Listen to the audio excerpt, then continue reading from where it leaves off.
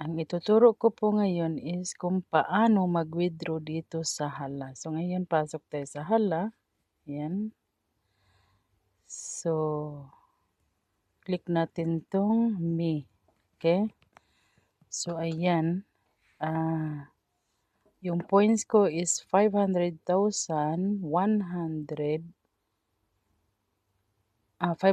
points. So, ayan, pasok tayo sa point. So, ngayon, dahil magwi-withdraw tayo, cash out. So, currency type. Okay, click natin tong arrow maliit na to.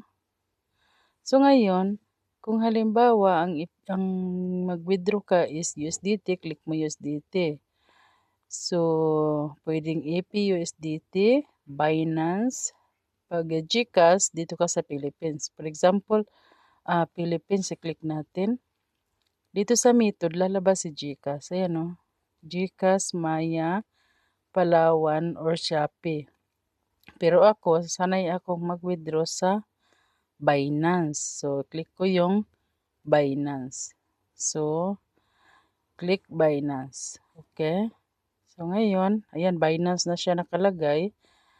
Kiklik ko tong all. Yan, para lumabas kung magkano yung mawi-withdraw ko. So, mawi-withdraw ko daw is $50. Yan. So, ayan, $50. So, naka-ready na yung Binance ID ko. So, ikiklik ko lang tong withdraw. So, ayan, ilalagay ko yung password. Yan. So, i-verify ko lang siya. Click ko yung verify kapag nalagay ko na yung password, okay? Yan. So, ngayon, ayan na daw yung, successful withdrawal, $49. Okay? So, $1 yung charge ni Hala. So, click ko lang siya is got it. So, ngayon, hintayin ko na lang siya doon sa Binance ko. So, ayan, nabawas na siya. So, wala na yung 500,000. So, pag check mo yan dito sa details, andito yan siya sa cash out.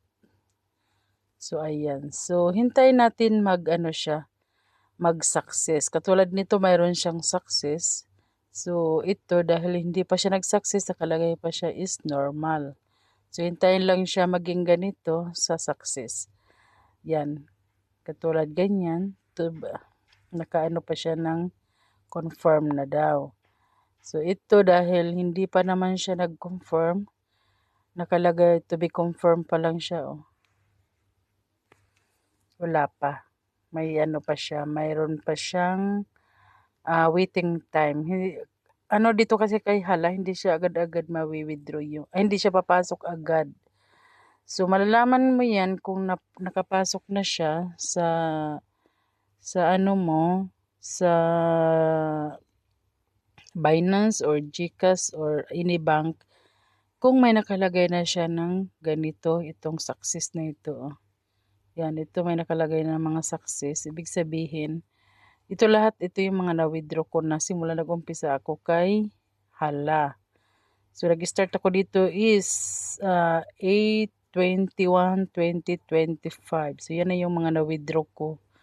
Pero ang iba dito, pinag-exchange coins ko lang siya. So, hindi siya napapasok dito kapag exchange coins. So, ang iba exchange coins ko lang kaya hindi na siya napapasok dito. Pero ito lang yung mga withdraw ko na ginawa ko siyang pera. Ayan, ganyan. Okay. Yun lang guys. Thank you.